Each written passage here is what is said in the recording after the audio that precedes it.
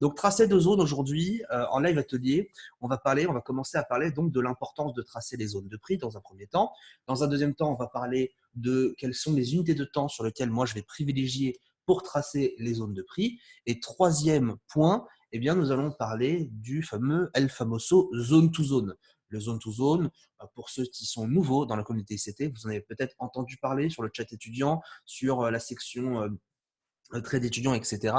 Le zone to zone, c'est, à mon sens, la philosophie que j'essaie de véhiculer avec ICT. Le zone to zone, vous allez voir, c'est quelque chose d'extrêmement puissant qui va vous faire exploser en termes de bénéfices, qui va vous faire exploser en termes de psychologie, tous les éléments principaux dans un bon trading. Parce que le zone to zone, c'est finalement contourner un biais psychologique qui est très récurrent chez beaucoup de traders débutants, mais qui est nécessaire et vital pour pouvoir surperformer tout en étant bien sûr en sécurité. Alors, pour commencer, on va repartir sur le PowerPoint.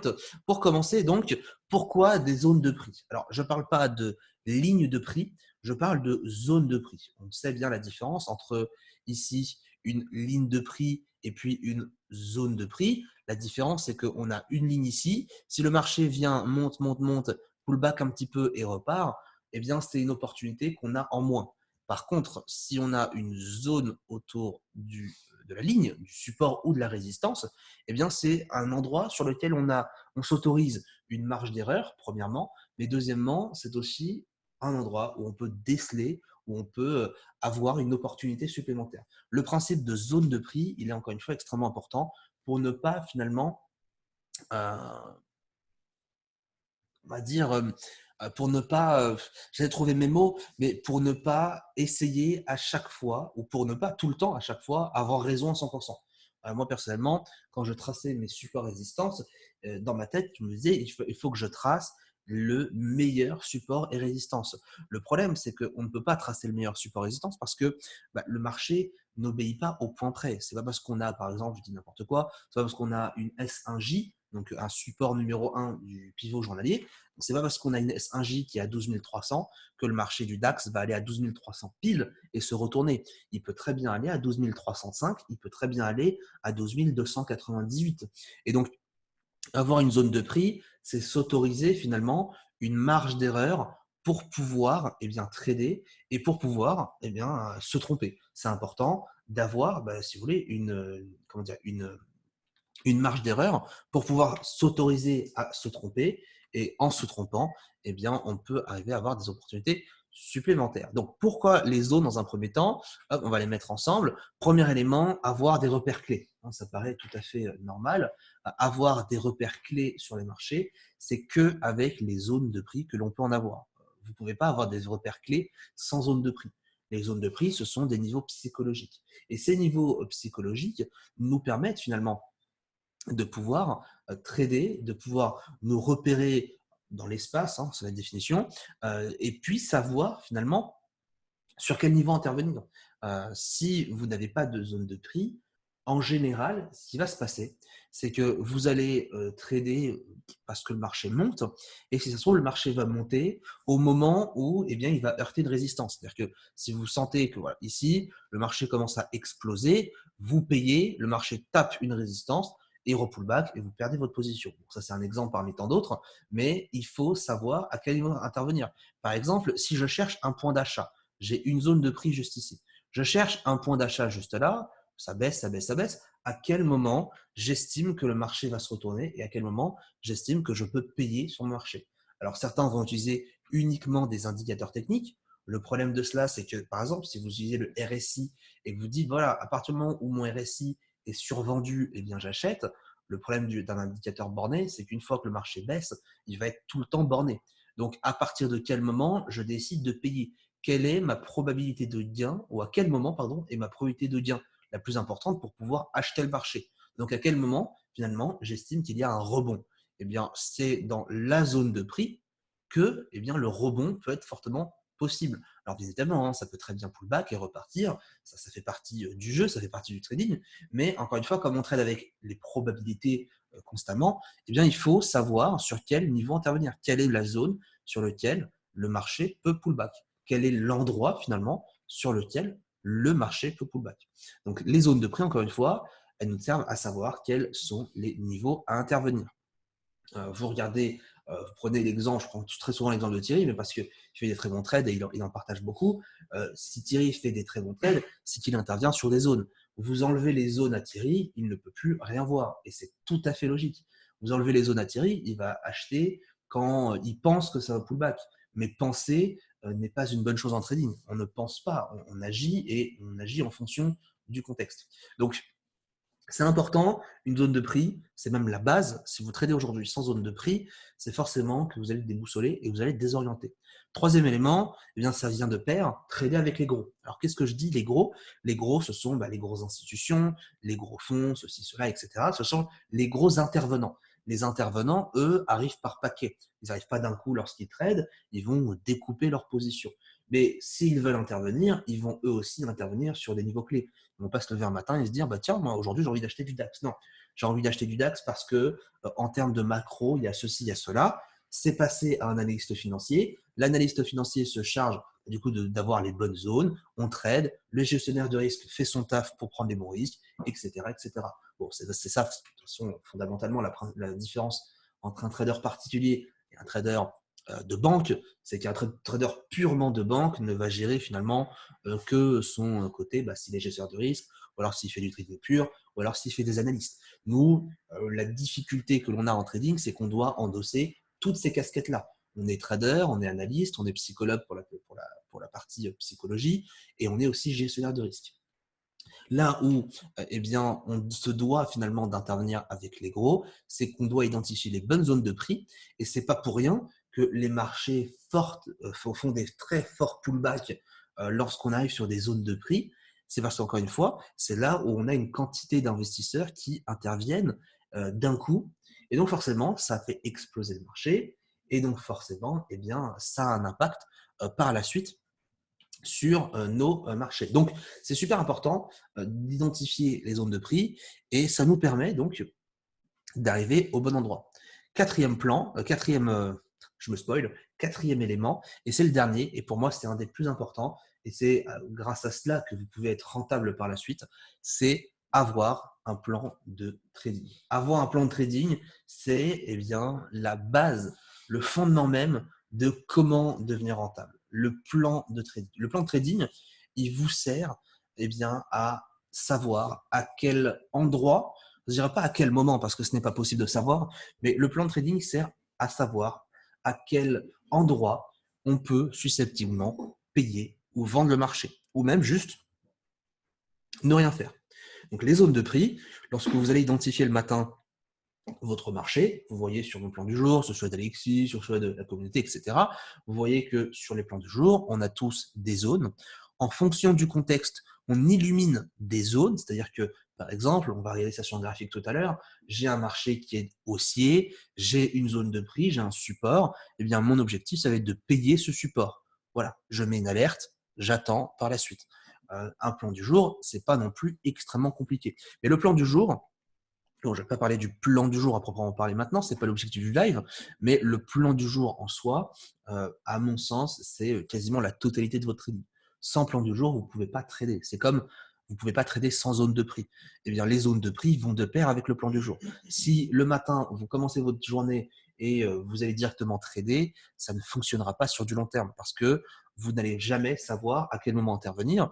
Et donc, forcément, vous allez laisser place au trade d'ennui, au trade sans plan, au trade je sais pas, de gourmandise, de ceci, de cela. Bref, il y a tellement de biais psychologiques qui font que vous allez prendre des trades qui n'ont pas lieu d'être, que vous allez finalement enchaîner des trades perdants, encore et encore et encore, pour au final rien du tout. Donc l'importance même du plan de trading, c'est de pouvoir préparer son marché, préparer son trading, préparer ses scénarios. Un plan de trading, c'est pour moi un 3/4 de votre trading aujourd'hui. Sans plan de trading, vous n'avancerez pas. Et donc, sans zone de prix, naturellement, vous n'avez pas de plan de trading. Et donc, sans plan de trading, vous n'avez naturellement pas de performance sur du long terme. Donc, les deux vont de pair. Les deux sont ensemble et elles sont liées. C'est pour ça que c'est extrêmement important, justement, de pouvoir eh bien, compléter les 2. Donc un plan de trading, c'est la base. Ça, je pense que je vous en ai déjà assez parlé. Pour tous les étudiants ICT, vous avez l'occasion d'aller revoir dans les précédents live ateliers sur, eh bien, les plans de trading, comment on fait une bonne routine de trading, que ce soit en termes d'analyse technique, en termes de scénario, en termes de macroéconomie, et cetera. Et puis même, c'est dans la formation. Ensuite, deuxième élément, on parlait donc maintenant de quelles sont les unités de temps sur lesquelles on va tracer les zones de prix. Alors, il y a différentes façons, bien sûr, de tracer les zones de prix. À mon sens, il n'y a pas une seule et bonne manière de tracer les zones. Il y a juste vous, comment vous analysez. Le but, encore une fois, c'est comme le trading, ce qui est assez intéressant, c'est que le but, c'est pas de tracer à la. Je recommence.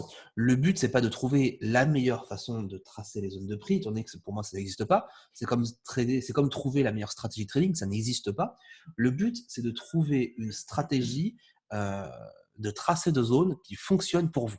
Moi, je vous partage la mienne parce que j'estime qu'elle est bonne, comme plein d'autres. Vous pouvez utiliser celle-ci, l'améliorer à votre niveau, etc., etc.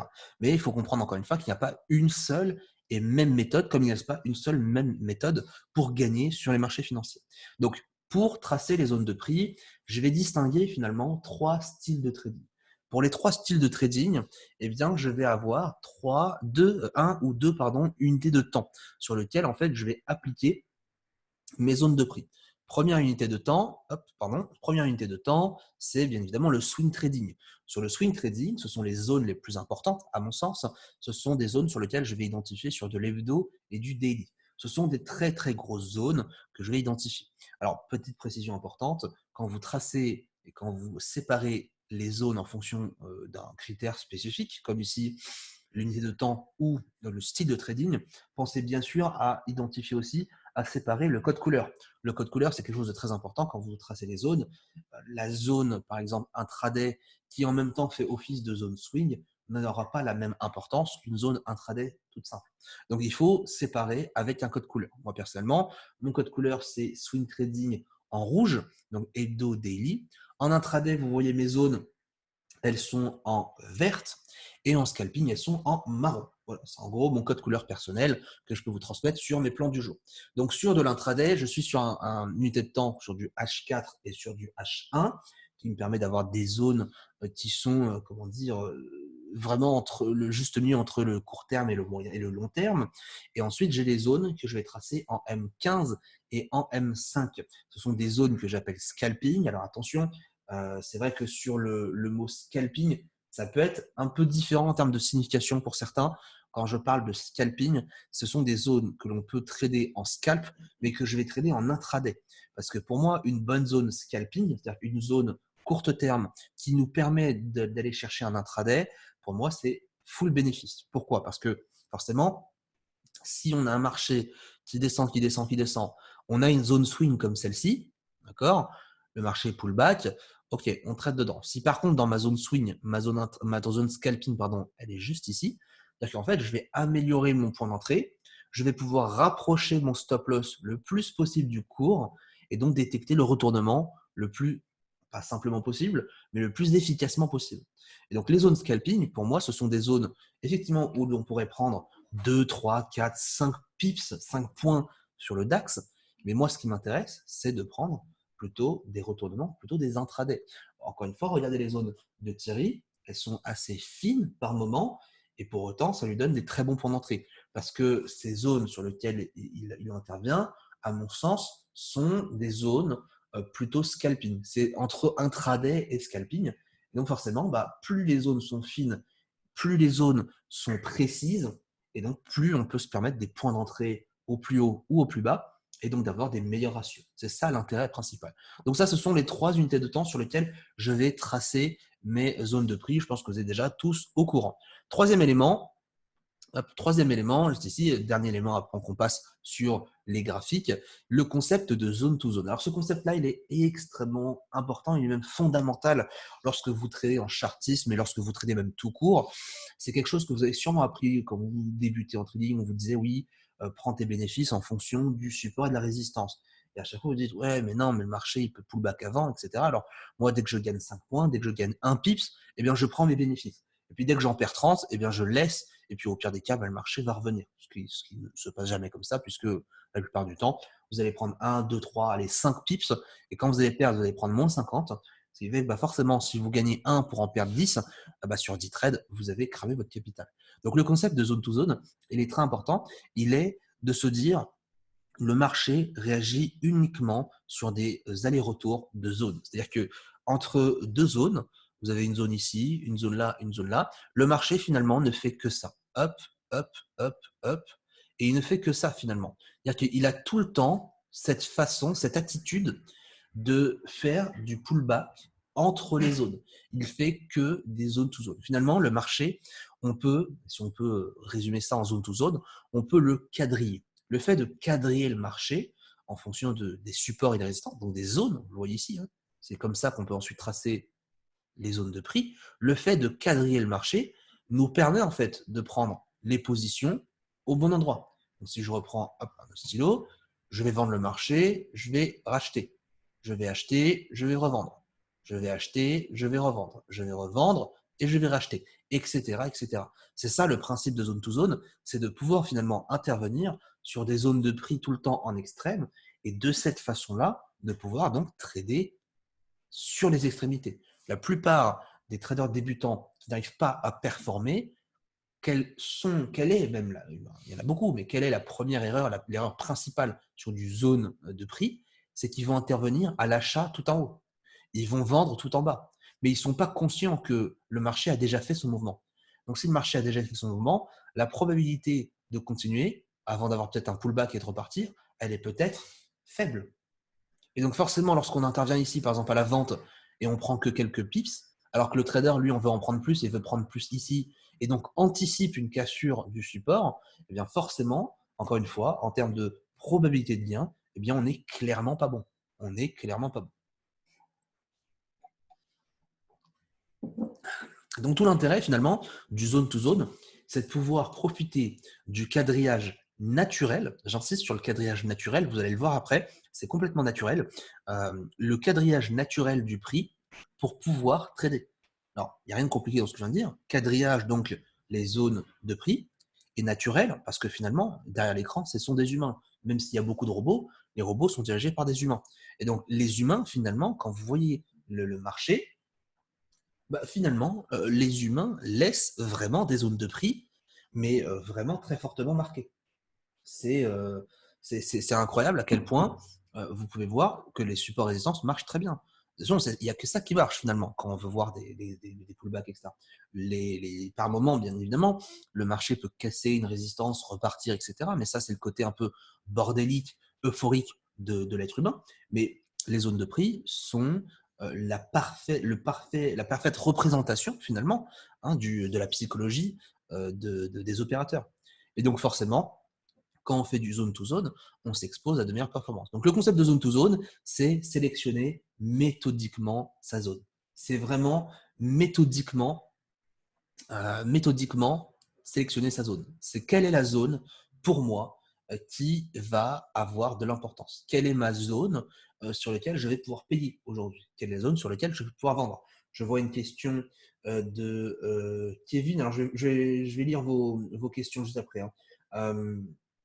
Si vous essayez d'avoir la live en replay, bien sûr, tout sera envoyé par un mail.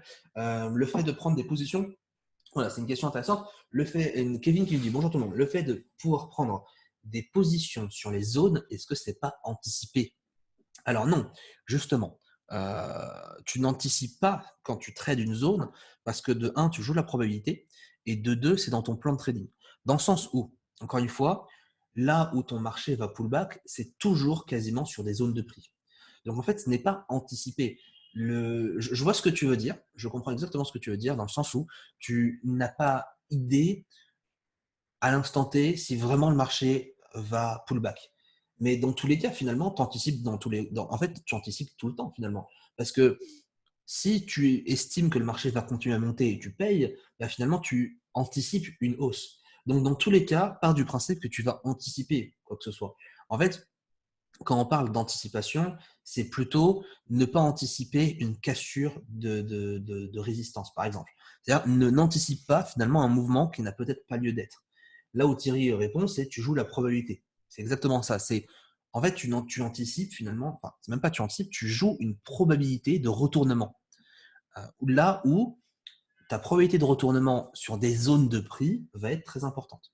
Et donc, en fonction du contexte, donc ça, c'est avec la méthodologie, toute la méthode ICT, en fonction du contexte, tu as une zone sur laquelle tu dois trader, et cette zone-là t'offre une probabilité, je dis n'importe quoi, peut-être de 50% en fonction du contexte. Si tu es dans un range, sur un milieu de range, par exemple, ta probabilité de gain, elle est à zéro.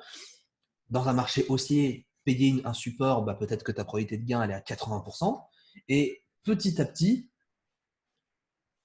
plus tu joues des probabilités intéressantes, plus tu peux trader efficacement et plus tu peux performer et gagner. Mais je comprends tout à fait ce que tu veux dire dans le sens de anticiper, mais c'est en fait tu vas surtout jouer la probabilité. Donc ça peut être anticipé selon toi, mais tu vas jouer la probabilité de retournement. Deuxième élément, j'avance du concept de zone to zone, prendre des bénéfices au plus haut et au plus bas. Ça me tue à chaque fois de voir certains de vos graphiques, de voir des traders ICT qui ne profitent pas du plein potentiel d'un marché. C'est tellement dommage de ne pas pouvoir profiter d'un plein potentiel lorsqu'on a vraiment des zones sur lesquelles ils vont être travaillés. C'est-à-dire que, je prends un autre exemple, vous avez une zone ici, vous avez une zone là, d'accord. Votre marché commence, votre marché commence juste ici.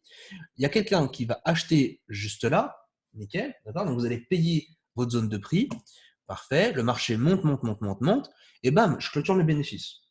Première erreur, je clôture mes bénéfices. Pour quelle raison? Aucune. Il n'y a pas de raison sur laquelle on clôture ses bénéfices. On prend ses bénéfices par ego de se dire ça va pas monter plus haut, j'ai envie de prendre mes bénéfices, etc. Grosse erreur. Le marché, encore une fois, le concept du zone to zone, c'est d'aller chercher la prochaine résistance. Parce qu'encore une fois, comme le marché est naturellement quadrillé, la probabilité qu'il aille chercher son autre zone de prix, elle est extrêmement importante. Mais vraiment, elle est extrêmement importante. Je vais vous donner un conseil qui a vraiment pas de prix. Vraiment, faites-le. Vous allez voir, vous allez vraiment comprendre la différence d'ici une semaine, je dirais. Si vous n'arrivez pas à vous laisser euh, patienter et attendre la prochaine zone de prix, c'est que vous regardez trop les unités de temps inférieures. Moi, quand je trade, je regarde très rarement le 1 minute. Le 1 minute me sert qu'à prendre une position avec ma stratégie de MC. C'est tout. Il n'y a rien de plus. Le 1 minute ne sert à rien, à mon sens, de plus que pouvoir prendre finalement des positions. Parce que si vous regardez le 1 minute, si on fait le calcul très bêtement, alors j'ai plus le chiffre exact en tête, le 1 minute, c'est quoi? C'est 60 minutes, donc 60 chandeliers, sur 8 heures de cotation, ça fait 480 chandeliers. 480 chandeliers que vous allez regarder, observer et vivre finalement tous les jours, parce que le fait d'avoir des tics comme ça de cotation, c'est finalement vivre le marché. 480 bougies tous les jours que vous allez gober et observer avec vos yeux. Combien il y a de tics par minute dans un chandelier? Alors, je ne pourrais pas vous dire, mais il y en a à peu près entre 100 peut-être, alors, ça dépend de la fluctuation, hein, mais on peut se donner une moyenne de 100 tics. Avec le 100 tics correspond à peu près aux 1 minute. Si vous partez du principe qu'il y a 100 tics par minute, un tic, pour ceux qui ne connaissent pas la définition, un tic, c'est un petit mouvement de prix. Vous voyez, quand le chandelier monte et rebaisse, ça c'est un tic. Un tic à la hausse, un tic à la baisse.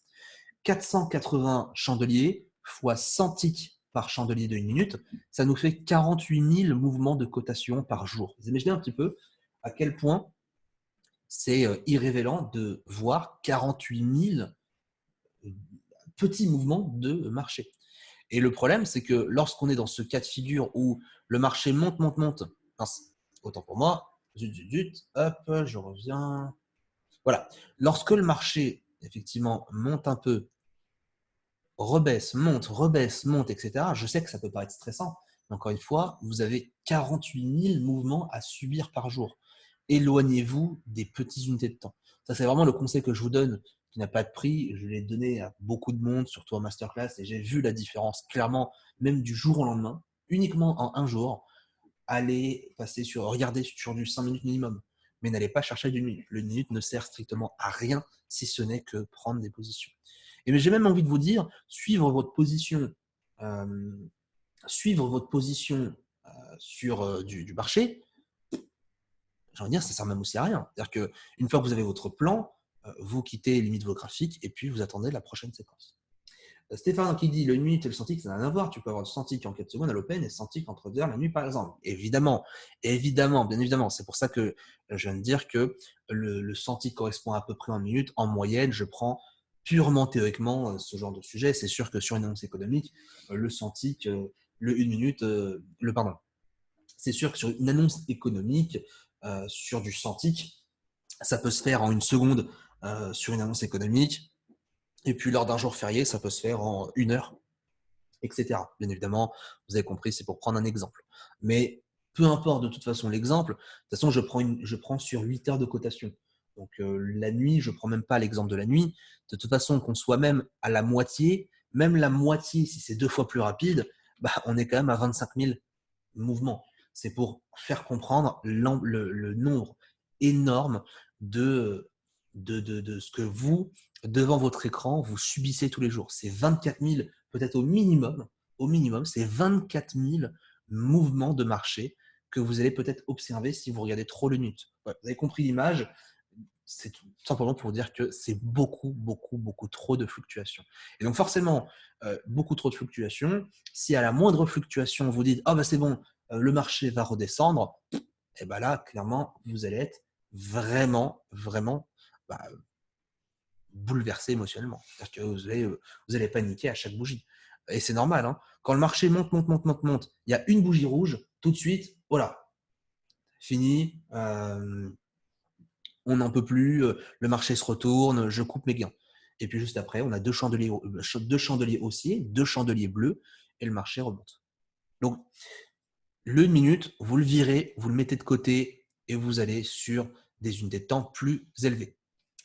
Bref, dans tous les cas, prendre ces bénéfices sur les plus hauts et les plus bas, c'est un moyen d'arriver à gagner beaucoup, beaucoup, beaucoup plus que ce que vous faites actuellement. Donc, au lieu justement d'aller chercher ici, au lieu d'aller chercher, au lieu d'aller chercher donc un objectif de gain ici, vous allez donc vous forcer à prendre sur le prochain niveau technique, donc la prochaine résistance, et vous allez donc ensuite découper votre position.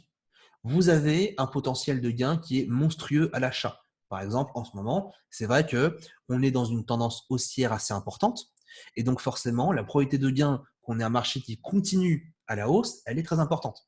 Donc, je me dois de laisser mes trades courir. Lorsque ça perd, je coupe rapidement. C'est-à-dire que je n'attends pas forcément tout le temps que le stop loss se fasse toucher lorsque j'ai clairement des signaux qui m'invalident ma position. Je prends mon TP1, et j'insiste sur le mot TP1, parce qu'encore une fois, lorsqu'on a un marché qui a du potentiel, le plus important, c'est de découper intelligemment ses positions.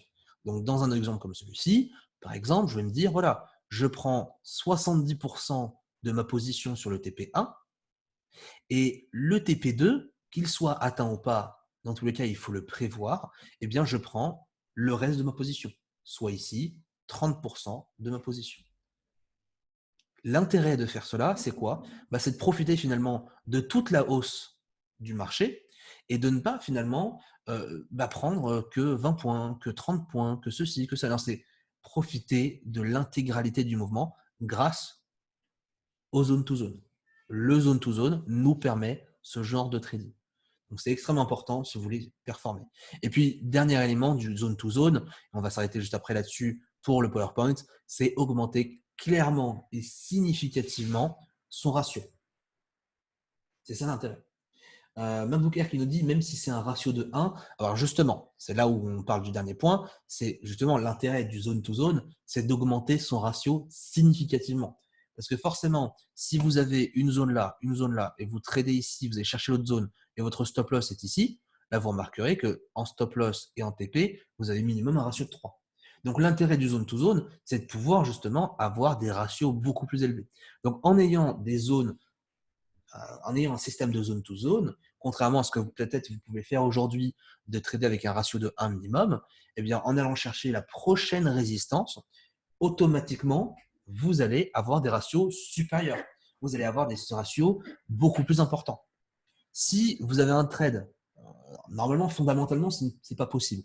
Normalement, vous n'êtes pas capable de prendre un ratio de moins de 1 si vous faites du zone to zone. C'est normal, enfin, je dis normalement, mais non, ça n'existe pas.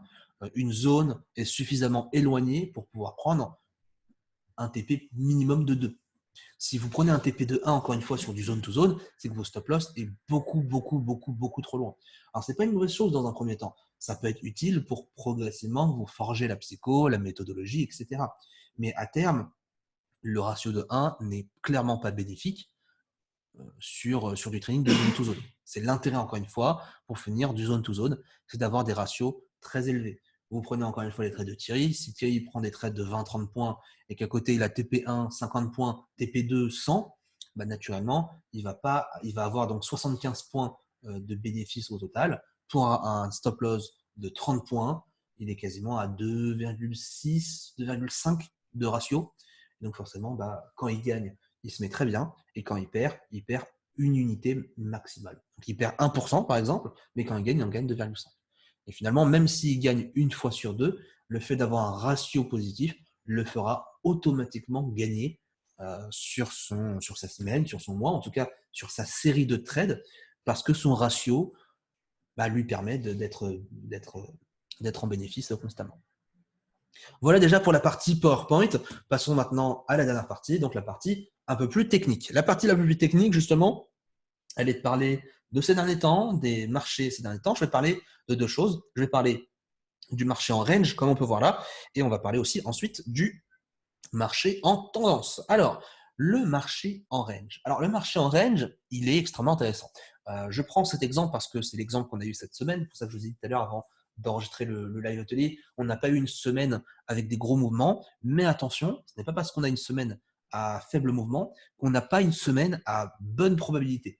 Encore une fois, les ranges, quand vous les identifiez correctement avec des bonnes zones de prix, je peux clairement vous dire qu'on a des super bonnes opportunités. C'est même dans des ranges qu'on peut vraiment faire du très très sale. Mais vraiment, on peut faire des très belles choses.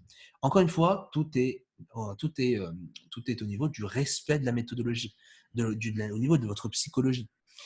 Bref, sur les zones comme celle-ci, vous voyez que naturellement, alors je parle dans la pure théorie, naturellement, lorsque vous tradez, eh bien, vous allez identifier des zones de prix. Bon, après coup, je les trace après coup, etc. Bref, peu importe. Vous avez des zones de prix comme celle-ci. Vous avez un haut de range, vous avez un bas de range. Là où, bien évidemment, et je vous parle dans la formation ICT, je vous parle donc de la stratégie de range. La stratégie de range s'applique aux zones to zone. Le but principal dans un range comme celui-ci, c'est de ne surtout pas trader au milieu d'un range. Si vous tradez au milieu d'un range hors zone de prix, je parle bien hors zone de prix clé, eh bien, vous allez avoir une probabilité de gain extrêmement faible et vous allez très clairement avoir des trades complètement foireux en pullback, en cassure, en ceci, en cela. La probabilité de gain en range, elle est très faible à l'intérieur du range, pas aux extrémités. Aux extrémités, c'est là où on peut vraiment faire des belles choses. Vous regardez sur les bas de range, bad range, bad range, bad range, bad range, haut de range, haut de range. La probabilité de gain des retournements dans un range, elle est extrêmement intéressante. Regardez sur lequel trade on peut croiser. C'était mardi et mercredi, vous remontez. Mardi, mercredi, vous aviez quoi? Mercredi, la vente de Thierry sur le haut de range. Quelques heures après, l'achat de Thierry au bas de range. Qu'est-ce qu'il a fait? Il a fait donc un achat, une vente ici, il a racheté, il a revendu. Voilà. Il a été encore plus monstrueux puisqu'il a vendu juste ici, mais bref, partons du principe qu'il a revendu juste ici. Il a fait une vente, un achat. Il a profité du marché, zone to zone, à chaque fois, zone to zone, et c'est dans ces moments-là qu'on peut là littéralement parfait. Vous prenez des ventes comme il peut faire, vous partez du principe que sur le DAX, c'est minimum 20-30 points de stop loss. En dessous, ça commence à être un peu compliqué. 20 pips de stop loss sur le DAX à la vente. Objectif 55. On reprend, achat 20 points, on repart 50 points. Donc on est sur des ratios de 2,5. 2,5 à la vente, 2,5 à l'achat. Total 2% d'investi sur son capital, 5% de gain.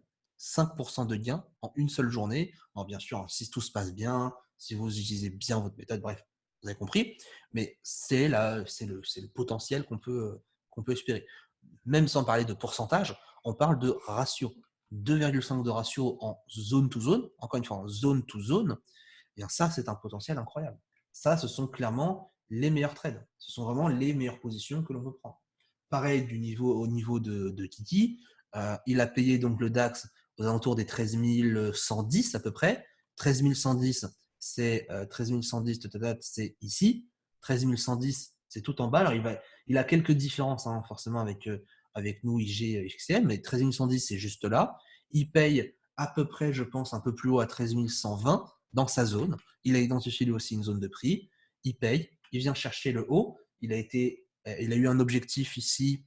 Son objectif, on le voit avec la flèche, il était clôturé tout en haut, juste là, parce que la flèche, elle s'est arrêtée tout en haut. La ligne, elle s'est arrêtée tout en haut, juste ici. Et donc, c'est à peu près ici. 13 182. 63 points de gain. Alors, je ne sais pas c'était quoi son stop loss, sûrement 20-30 points, grand max. 30 points, c'est ratio de 2, 20 points, c'est ratio de 3. Bon, dans tous les cas, c'est de très très belles positions. Donc voilà, c'est super intéressant de voir ce genre de choses. Donc là, c'était le dos de la part de Alexis. Là, c'était Loïc, hein, le zone to zone, encore une fois, à l'achat tout en bas, encore une fois, à 13 115, j'imagine. 13 115, c'était tout en bas. Bon, ouais, vous voyez qu'on a des super beaux trades. Mercredi, alors c'était plutôt mardi. Qu'est-ce qu'on a eu ensuite mardi? Est-ce qu'on a eu des trades? Mardi, encore une fois, Thierry paye les 13 125. 13 125, c'était où? C'était ici. 13 125, il paye une nouvelle fois sur le bas de sa zone pour repartir encore une fois à la hausse. Toujours intéressant, etc., etc. On a eu d'autres trades de sa part. Mardi dernier, il a vendu le dos au plus haut.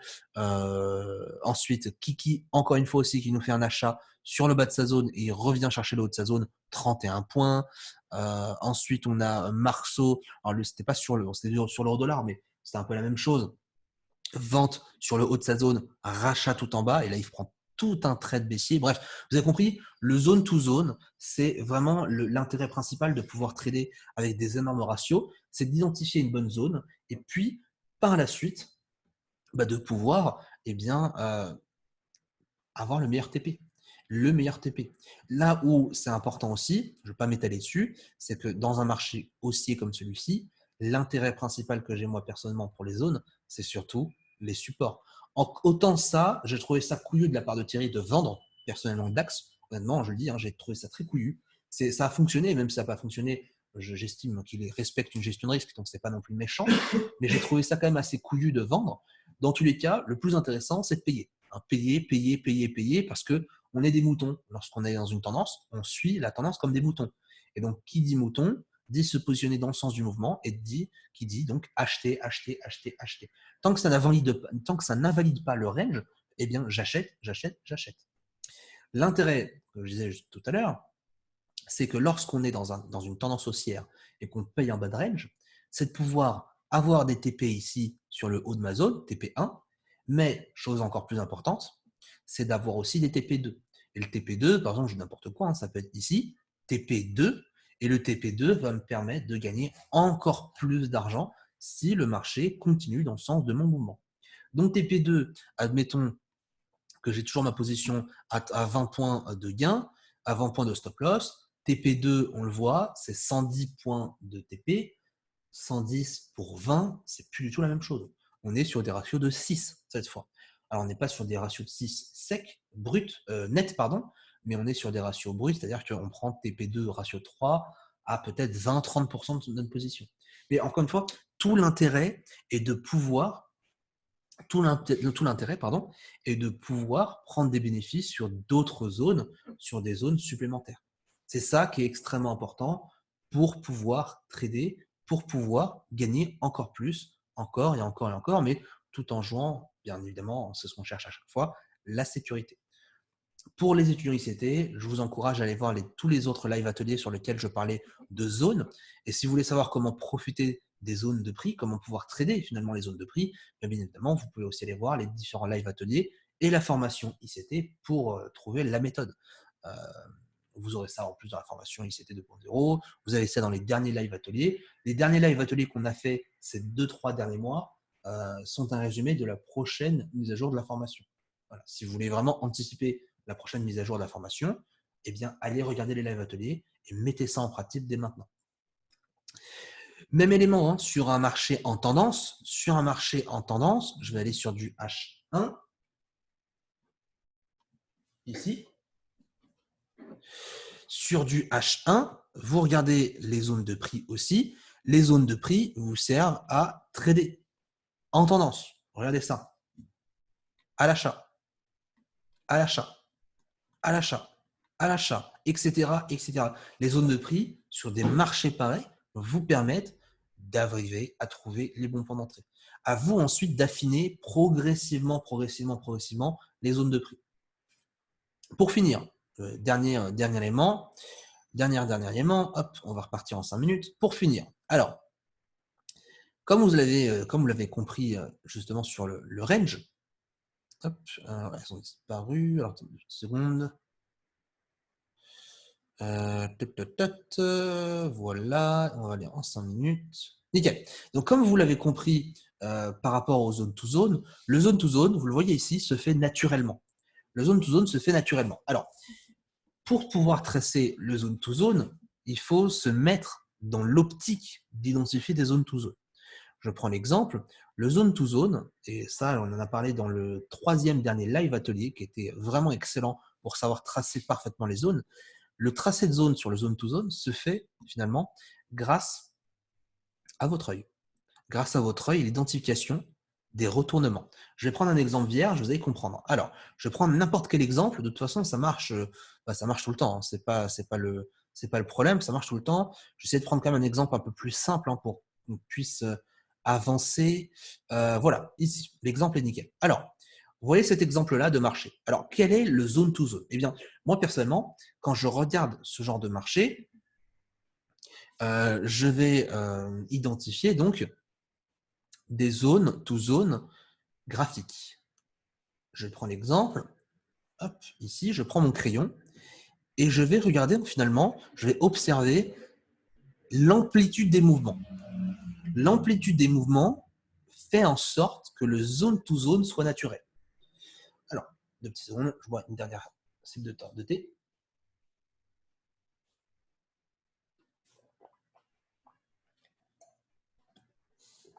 Parfait. Alors, le zone to zone, comme il est naturel, on le voit finalement. La différence entre maintenant et plus tard, c'est que il faut habituer votre œil à le voir. Si aujourd'hui, c'est la première fois que vous entendez le zone to zone, parce que vous êtes nouveau étudiant ICT, nouveau abonnement ICT, etc., c'est normal que vous avez du mal à l'identifier. Plus vous allez passer du temps devant l'écran, plus vous allez vous habituer. De toute façon, il n'y a pas de mystère. Hein. En trading, vous avez beau apprendre les meilleures connaissances, vous ne serez pas pour autant rentable dès le lendemain. On est rentable en mettant en application ces connaissances et en bouffant du gras tous les jours. Le zone to zone, les tracés de zone, les premières seront pas bonnes, mais progressivement, plus vous allez autocritiquer vos niveaux,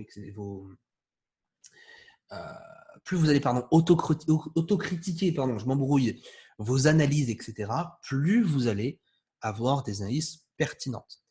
Je prends l'exemple de ce zone to zone. Regardez un petit peu le zone to zone. Vous voyez ici à quel point ça pullback, hop. Vous voyez ce genre de mouvement-là, là naturellement, on sent qu'on a 1 point, 2 points, 3 points, 4 points, 5 points. Naturellement, on sent qu'on a une résistance. Naturellement. Il n'y a pas besoin d'être Einstein, hein, on le voit naturellement. Alors oui, ça ne touche pas là, oui, etc. Mais encore une fois, après, c'est le principe du zone. Après, à moi ensuite d'aller tracer une zone autour. Ça. Et puis ensuite, la question que je me pose, c'est à quel moment, en dessous de ce niveau, eh bien, j'ai eu la même configuration. Un ensemble de pullback en moyenne. Je regarde ici, ici, ici, ici, ici. Eh bien, c'est à moi ensuite d'aller faire rimer, de fusionner ces zones. Et donc, ça peut être juste là. Encore une fois, avec le même système de zones. Quel est ensuite mon niveau plus bas? Eh bien, ici, ici et ici. Quel est le niveau moyen que je peux tracer? Eh bien, ça va être juste là, avec une zone juste ici. Plus proprement, on va recommencer, on va faire ça avec des zones. Plus proprement, on peut faire par exemple ça. On peut faire ensuite, juste ici, ça. Et ensuite, on peut faire, hop, un petit peu plus haut quand même, et ensuite, on peut faire ça. Et vous voyez que naturellement, finalement, on a quadrillé le marché. C'est-à-dire que si on veut faire du zone to zone, là, tout de suite maintenant, enfin, à l'instant T, si on voulait faire du zone to zone, on aurait pu acheter, pullback, pullback, pullback, pullback ici. Après, peu importe que ce soit gagnant ou perdant, on s'en fout. Hein. Pullback, pullback, et à chaque fois, pullback sur les zones de prix. Vous voyez un petit peu le nombre de pullbacks qu'il y a sur toutes les zones. Bien évidemment, tous les pullbacks que je viens d'identifier, même ici, hein, tous les pullbacks que je viens d'identifier ne sont pas tous exploitables. Parce que c'est ça, après, la différence entre tous ces pullbacks et ces zones to zone, c'est que la probabilité de gain n'est pas la même. C'est clair et net que pour moi, ce trade-là et ce trade-là n'ont pas la même probabilité de gain que ce trade-là et ce trade-là. Pourquoi? Parce qu'on n'est pas dans le même sens de la tendance. Tendance clairement haussière, eh bien, ma probabilité de gain va être très importante sur ces zones en bas. Par contre, ici, probabilité de gain, ça va être délicat. À moins que vous ayez repéré une zone swing, etc., la résistance nous sera beaucoup moins intéressante à trader qu'un support dans le sens du mouvement. C'est la multiplication de ce genre de zone to zone et ensuite l'identification de quelles sont les zones à forte probabilité qui vont finalement nous donner un ensemble de trades. Donc le zone to zone, il va falloir habituer votre œil à voir le marché, à quadriller le marché pour pouvoir trader. Forcément, le zone to zone le plus simple, c'est lorsqu'on est dans un range. Lorsqu'on est dans un range, le haut, le bas, basta, bonjour, au revoir. C'est ça l'intérêt principal. L'intérêt principal, c'est de pouvoir vraiment faire du zone to zone et ensuite appliquer cela sur les graphiques. Voilà pour ce live atelier. Je vais prendre 5 minutes, 10 minutes pour répondre à toutes vos questions. N'hésitez pas, c'est tout de suite et maintenant.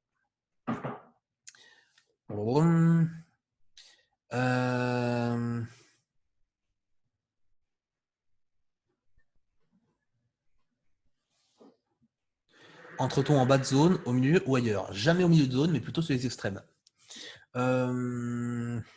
Cela dit, couper avant d'atteindre une zone, ça peut être dû à notre psychologie. Perso, quand je prends une position et que je vois que le prix ne monte plus, je m'attends à ce que le prix baisse et que je perds mes gains latents, donc je coupe. C'est malheureusement exactement ça et je comprends tout à fait. Et moi aussi, j'ai souvent fait ça. Et c'est normal parce qu'encore une fois, je prends l'exemple de ici, là, je prends l'exemple de ça. C'est vrai que là, tu es positionné à l'achat, le marché monte, tu as deux belles bougies, et là, tu vois cet enchaînement de chandeliers rouges, 100%, tu as envie de couper. Et pour autant, au moment où tu coupes, le marché, qu'est-ce qu'il fait? Eh bien, hop, il se bouscule, il vient chercher ton TP au point près. Dans un exemple purement théorique. Mais malheureusement, c'est tout le temps comme ça. C'est pour ça que je vous dis, les petites unités de temps, il ne faut pas les regarder. Voire même, il ne faut même pas regarder votre graphique quand vous tradez, parce que vous savez que vous allez être marabouté par le marché. Si moi, personnellement, je suis à l'achat ici, je vais stresser ici, ici et là. Parce qu'au moindre chandelier rouge, psychologiquement, ça nous indique que potentiellement le marché va retomber. Et donc, j'ai besoin, et ça, c'est humain, malheureusement, c'est très, très, très peu rémunérateur en trading. C'est qu'on se dit, OK, le marché est redescendu là. Bon, allez, tu sais quoi, tant qu'à faire, autant que je prenne mes bénéfices là, autant je prends une petite partie et c'est pas grave. Le problème, c'est que moi, personnellement, je préfère me faire BE, accepter de ne pas avoir de gain plutôt que de prendre un achat ici. Parce que si l'achat, par contre, repart à la hausse, comme ça a été le cas là, d'ailleurs, c'est encore pire parce qu'il a non seulement été chercher ton TP1, mais il aurait explosé ton TP2, donc tu aurais pris finalement peut-être 2 fois plus de gains que la normale. Là, ça, c'est du regret. Ça. Tout ça, là, c'est du regret, c'est plein de biais émotionnels qui sont vraiment négatifs pour toi et qui détériorent ta psychologie. Maintenant, je sais bien que c'est difficile au début de garder son calme pour faire ceci, faire cela, mais voilà, on se doit de tenir cette règle, on se doit de bien patienter. Ça vient avec le temps. Ça vient avec le temps, le fait de voir, ça vient avec le fait de faire des erreurs et de voir que son TP1 aurait été largement faisable petit à petit. Quels sont les écarts moyens entre support et résistance, zone en moyenne pour l'intraday? Je tombe sur des zones de 30 à 50 pips, c'est énorme. Ça dépend du marché. Je ne pourrais pas te donner vraiment un truc précis. Ça dépend d'ailleurs le marché que tu traites finalement. Quand tu prends du DAX sur du zone to zone en intraday, tu es à peu près entre 80 et 100 pips en intraday. Maintenant, sur du scalping, tu vas être sur du 30-40 points à peu près sur le DAX, hein. Mais après, ça dépend du marché, hein. Des fois, les zones vont être plus élevées. Des fois, c'est juste pour donner un ordre d'idée. Kevin qui dit, et pour un range sur du daily en forex, le Euro NZD par exemple, on peut quand même faire du zone to zone en unité inférieure où il vaut mieux attendre les extrémités. Alors, comme tu es sur du range daily, le range daily te permet quand même de trader sur des unités de temps inférieures, bien évidemment. Euro NZD, tu vas avoir un spread de ouf. Alors oui, effectivement, ouais. C'est clair. Après, de toute façon, le forex, dans tous les cas, tu as des spreads trop élevés, dans tous les cas, hein. Par rapport à l'échelle, si tu ne traites pas les paires majeures, et encore même les paires majeures peuvent coûter cher par moment, tout dépend de combien de points tu vas prendre. Toutes les paires exotiques, etc., ça coûte des yeux de la tête. Tu sais si sur MT4, tu peux TP partiel sans qu'il ferme ta position et en ouvrir une autre? Non. Enfin, tu ne peux pas naturellement, mais c'est à toi de trouver un robot éventuellement sur Internet. Il n'y a que comme ça que tu peux faire ce genre de système. Mais naturellement, sur MT4, tu ne peux pas. Si on parle bien de la même chose, hein.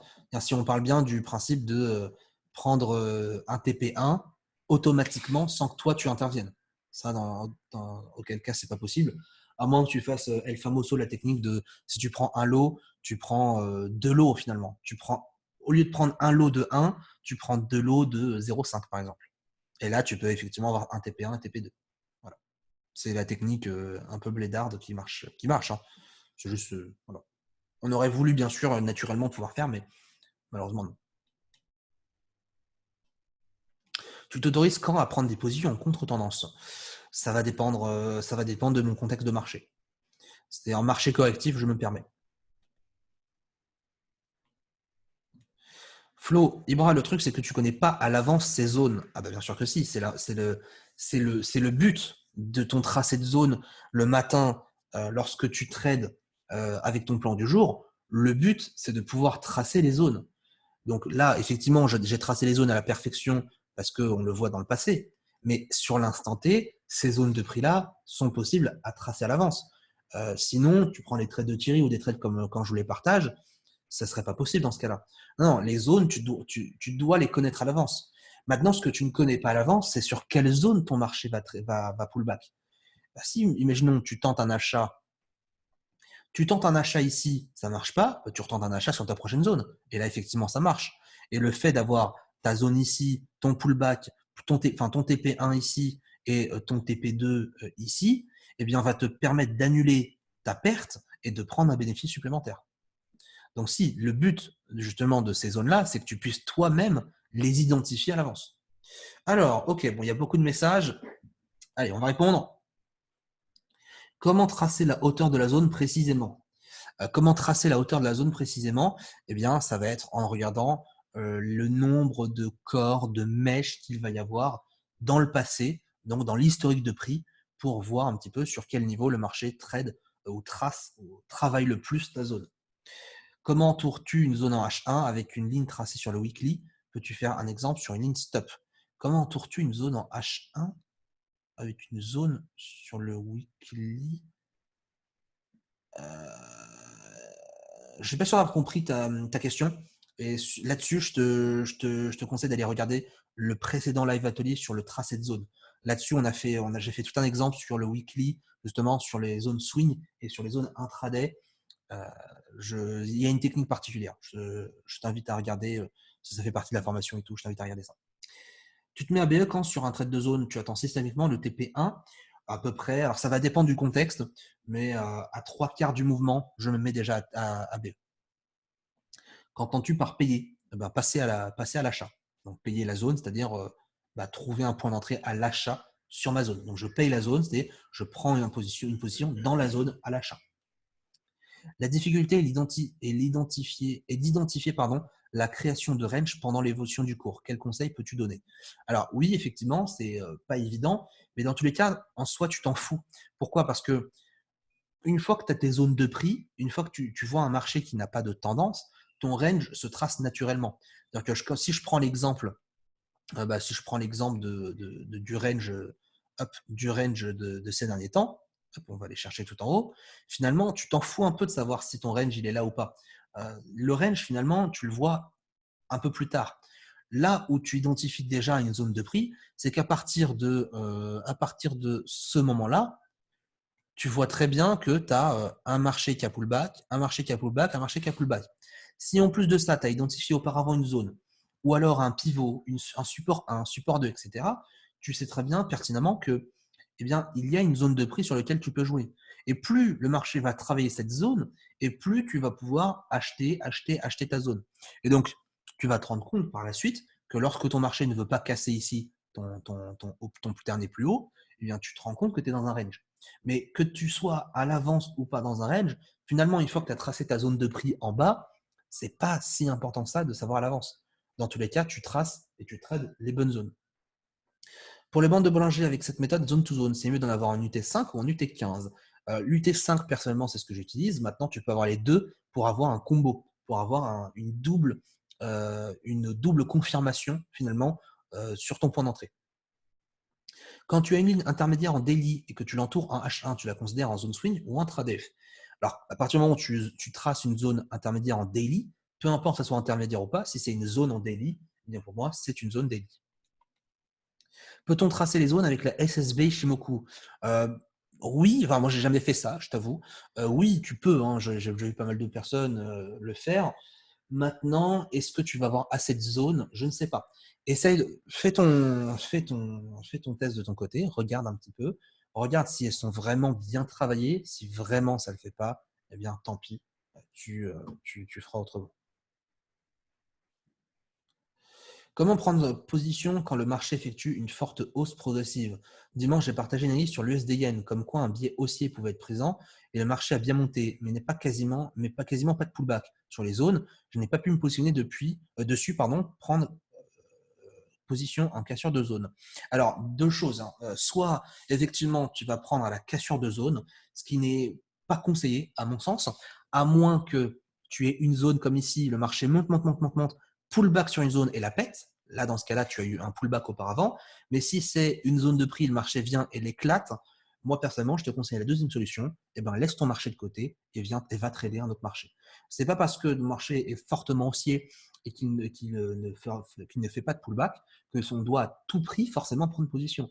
Il faut accepter par moment, et c'est triste, mais c'est comme ça, il faut accepter par moment que le marché finalement ne fasse pas de pullback et qu'il parte sans nous. Je prends typiquement le marché d'hier de jeudi. Pour moi, si vous n'étiez pas avant, c'est-à-dire la veille, si vous n'étiez pas à l'achat ici, bah, le marché le matin, il était intradable. À part peut-être en pullback ici après, mais voilà, pour moi, le marché était intradable à l'achat. Intradable. Si on part du principe qu'on respecte la méthodologie, c'est bien sûr, hein. Si vous avez votre propre méthode, c'est autre chose. Mais en pullback, elle est intradable. La hausse était intradable. Et pour autant, ben, c'est pas grave. C'est pas grave. Comme nous dit Nico Pauls, en soi, tu rates le train, ben, tu attends le prochain. C'est exactement ça. Le zone to zone, si tu n'as pas ta zone, tu attends la prochaine zone. Tu attends la prochaine séquence. C'est tout. Le principe, c'est de trader les zones. Si la zone n'est plus respectée, tu trades la prochaine. Mais il faut savoir se détacher finalement de ce genre de mouvement. Je sais que moi, au début, je voulais tout le temps être partout, tout le temps, tout le temps, tout le temps lorsqu'il y a un flux. Et plus tu te rends compte que bah, tu perds du temps et finalement, quand tu vas payer, par exemple là, typiquement, moi en tant que débutant, je suis sûr, j'aurais peut-être payé ici hein, à l'époque. Hein. J'aurais payé tout en haut hein, et je me serais fait démonter finalement. Il faut accepter que lorsque je n'ai pas mon point d'entrée au plus bas, eh bien, je laisse le train passer et je prendrai le prochain. Voilà pour ce live atelier. Je vais vous laisser sur ça pour aujourd'hui. Le live est bien sûr disponible en replay d'ici 1 heure. Vous le recevez par mail ainsi que sur le Discord. J'espère qu'il vous aura aidé à y voir plus clair. Comme d'habitude, on se retrouve donc vendredi prochain à 9 heures pour le prochain live atelier. Passez une bonne journée de trading. On verra s'il y a du mouvement. Vu comment le marché évolue, ça sent un petit peu le caca là ce matin. On verra ça. Sur ce, bah, écoutez, passez une bonne fin de semaine. Passez un bon week-end, reposez-vous bien. On se retrouve lundi prochain. Très bonne journée à tous et à bientôt. Ciao, ciao.